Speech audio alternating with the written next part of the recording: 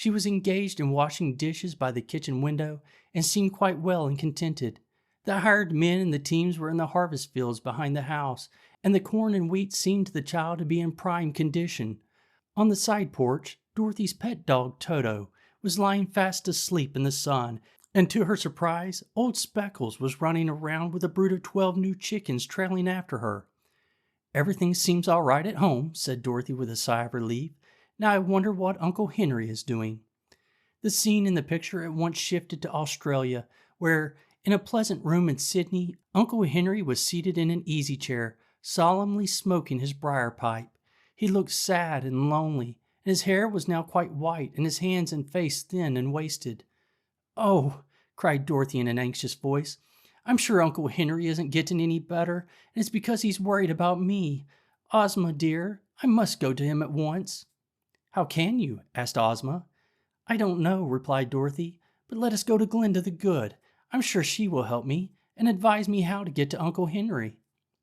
Ozma readily agreed to this plan and caused the sawhorse to be harnessed to a pretty green and pink phaeton, and the two girls rode away to visit the famous sorceress. Glinda received them graciously and listened to Dorothy's story with attention. "I have the magic belt, you know," said the little girl. "If I buckled it around my waist and commanded it to take me to Uncle Henry, wouldn't it do it?" "I think so," replied Glinda with a smile. "And then," continued Dorothy, "if I ever wanted to come back here again, the belt would bring me?" "In that you are wrong," said the sorceress. "The belt has magical powers only while it's in some fairy country, such as the land of Oz or the land of Ev. Indeed, my little friend, were you to wear it and wish yourself in Australia with your uncle, the wish would doubtless be fulfilled, because it was made in fairyland, but you would not find the magic belt around you when you arrived at your destination." "What would become of it?" asked the girl. "It would be lost, as were your silver shoes when you visited Oz before, and no one would ever see it again. It seems too bad to destroy the use of the magic belt in that way, doesn't it?" "Then," said Dorothy after a moment's thought, "I will give the magic belt to Ozma, for she can use it in her own country, and she can wish me transported to Uncle Henry without losing the belt." "That is a wise plan," replied Glinda.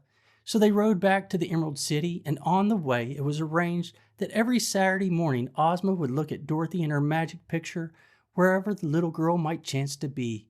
And if she saw Dorothy make a certain signal, then Ozma would know that the little Kansas girl wanted to revisit the land of Oz, and by means of the Nome King's magic belt would wish that she might instantly return. This having been agreed upon, Dorothy bade goodbye to all her friends. Tik-Tok wanted to go to Australia too, but Dorothy knew that the machine man would never do for a servant in a civilized country, and the chances were that his machinery wouldn't work at all, so she left him in Ozma's care. Billina, on the contrary, preferred the land of Oz to any other country and refused to accompany Dorothy. "The bugs and ants that I find here are the finest flavored in the world," declared the yellow hen, "and there are plenty of them. So here I shall end my days, and I must say, Dorothy, my dear, that you are very foolish to go back into that stupid humdrum world again." "Uncle Henry needs me," said Dorothy simply, and everyone except Billina thought it was right that she should go. All Dorothy's friends of the land of Oz, both old and new, gathered in a group in front of the palace to bid her a sorrowful goodbye and to wish her long life and happiness. After much handshaking, Dorothy kissed Ozma once more, and then handed her the Nome King's magic belt, saying, "Now, dear princess, when I wave my handkerchief, please wish me with Uncle Henry. I'm awfully sorry to leave you, and the Scarecrow, and the Tin Woodman, and the Cowardly Lion, and Tik-Tok, and everybody, but I do want my Uncle Henry, so goodbye, all of you." Then the little girl stood on one of the big emeralds which decorated the courtyard, and after looking once again at each of her friends, waved her handkerchief.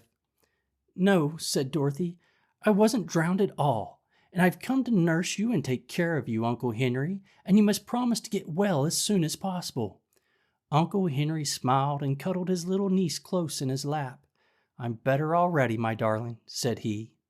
The end.